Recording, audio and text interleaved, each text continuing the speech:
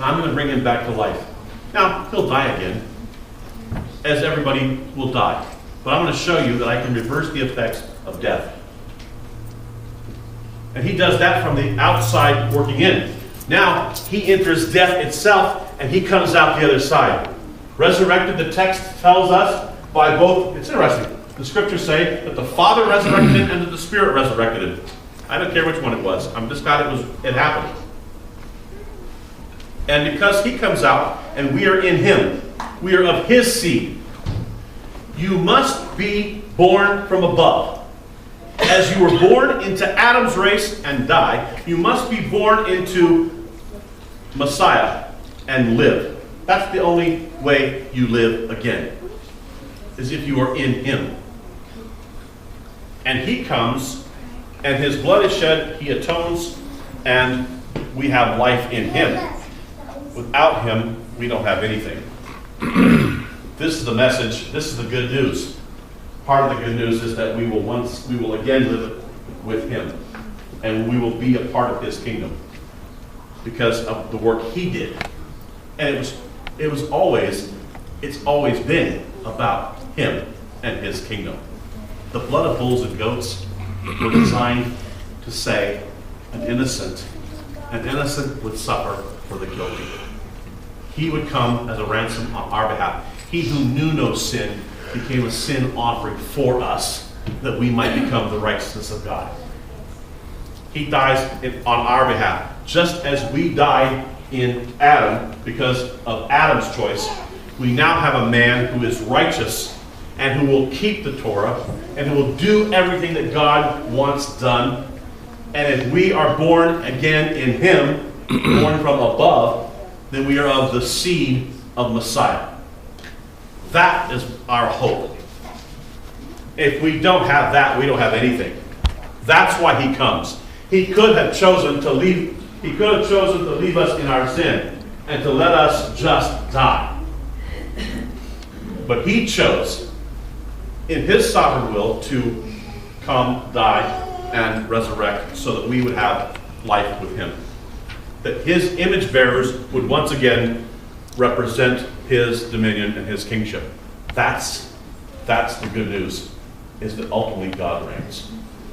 And we get to be a part of that kingdom. Amen. That's good news. Thank you. Because without that, and he would be just and righteous. We've said this before. He would be just and righteous if he left all of us to die in our sin. And because of our rebellion, just leave us in the ground. No resurrection. He's under no obligation to resurrect anyone. There was nothing compelling him from us, compelling him from our side to redeem us. It was within him. It was solely within him and his decision to redeem humanity. And because of his willingness to do so, it happened. And the whole plan has been, how does he do this? What's the mechanism? The mechanism was to use the spiritual side of this was the work of the Spirit. Yes, the physical side of this was Israel. Israel was the physical mechanism by which the spiritual things would be accomplished. Because he would be both God and man, fully both, in a mystery we will never unravel completely. Well, he needed a perfect sacrifice. Yes. He couldn't be perfect if he was just man. No. It had to be one who would obey the Torah inherently, whose every action and every thought was continually obedient to God. There's nobody whose actions and thoughts continually revolve around obedience to God. We're fortunate if we can get our thoughts and our actions to revolve half the time towards obedience to him. That'd be an improvement. And even if we can get our actions heading in the right direction, then you still got your thoughts. You're thinking, the Torah says, don't covet. I really, really want that. I'm willing to take it from somebody to get it.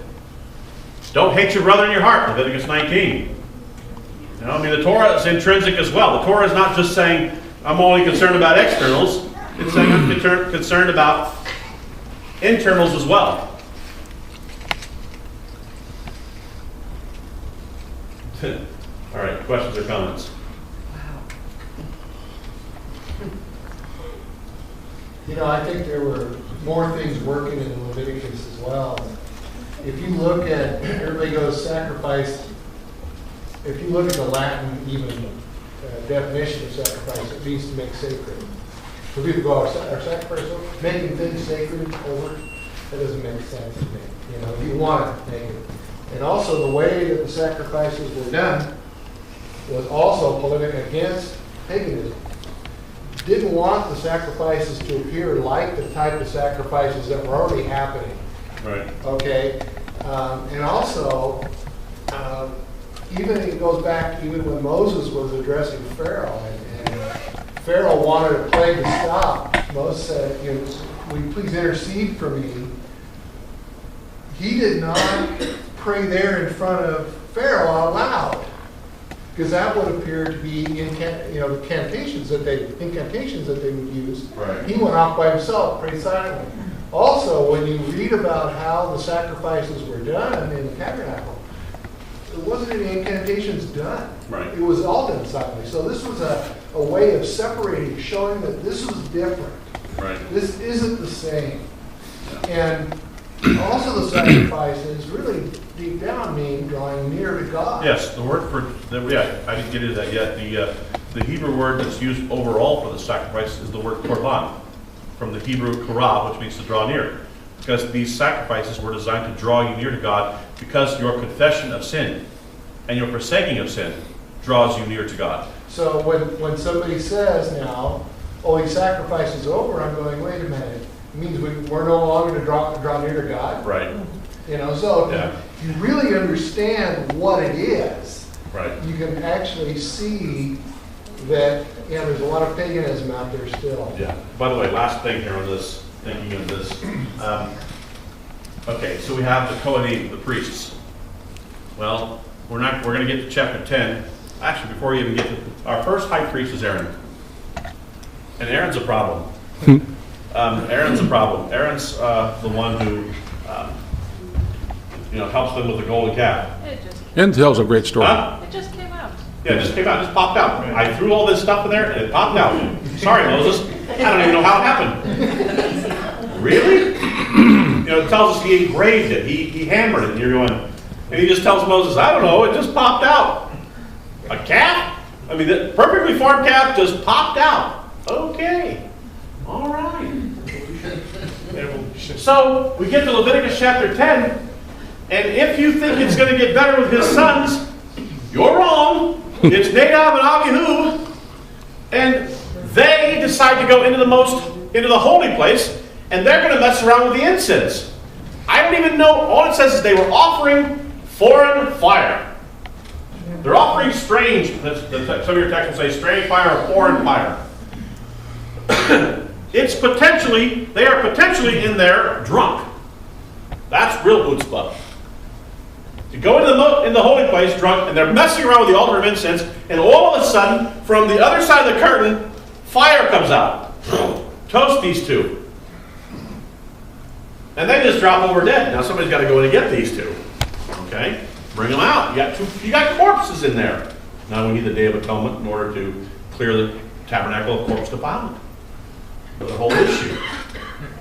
So the priesthood is a problem. The priesthood is going to continue to be a problem. Ezekiel 34, the priests are a problem.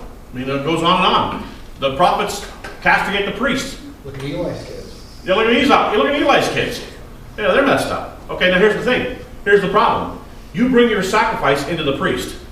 The priest looks at you and just says, Bob, nice of you to bring that bull in here. Well, let's slit the throat, and we're going to cut it up, and we're going to, we'll do the sacrifice. The priest doesn't look at you and say, you need to get that thing out of here. You need to get out of here. Take that out of here, because you know and I know that you have sin in your life that you've not dealt with. What does he tell us in Matthew? If you come to the altar to offer your sacrifice, and remember that your brother has something against you. Not that you have something against your brother, but you think in your head, you know what? There's somebody that's upset with me. I should leave my sacrifice at the altar and go make it right with them first. So the priest, you bring your sacrifice in, the priest looks at you and just says, okay, we're doing the sacrifice. He doesn't say to you, you and I both know that this is wrong. And you know that you have sin in your life you haven't even dealt with yet. Take the sacrifice out of here, and when you've made it right with your brother, or when you've made it right with God, then come back. That's the kind of priesthood you need. That's the kind of priesthood you need. We didn't have that with Aaron. Matter of fact, it was the priests who were doing more sinning than the people. That's true. Okay, so the priesthood is messed up. Thankfully, we have a better priest as well, who can look at a person and say, you know what? I know what's in your heart. What does Yeshua do? He looks at people and he says, and knowing their thoughts, and knowing what they were thinking, he says, man looks on the outward appearance, but God looks on the heart. He knows what's inside intrinsic, and he just says, look, that's the kind of priest you need who says, you know what? Take that out of here until you're ready to come back and deal with the real issues. That's the kind of priesthood you have to have. We don't have that. We do have it, actually. It's in the heavenlies. We didn't have it here. Yes? That's interesting, too. When Hashem told them to stop their sacrifices, they were stench in my nostrils. Yes. Yeah, they become odious. They were supposed to be a pleasing aroma. He says they're a stench. Why? Because of the hypocrisy. If it's, by the way, if people come into a worship service, what's the difference between a person who brings in the lame sacrifice or the blemish sacrifice and the person who comes into a worship service with half-heartedness and and they come in to worship God and it's just kind of like, oh, well, okay, all right, we have to, all right, whatever, all right, who cares? I mean, if we bring that kind of praise to God, we bring that kind of, what's the difference? The same person who will act like that is the same person who will try to pass off an animal with a broken leg. I'll just give God whatever I have left over. I mean, it was going to be killed anyway. He'll never figure it out. It'll probably get past the priest. The priest won't even know. Thing's been set for a while, so that bone that got broke, it looks close enough now. And enough wool has grown out that you can't see the blemish. Thing's got all kinds of problems. Okay. No. What's the difference? I mean, I was in a worship service this last Sunday. You see people like, they're just kind of like, okay, we got to worship, okay, we have to. It's like, wow. The only imperfect sacrifice he wants is us. Exactly. Very much so.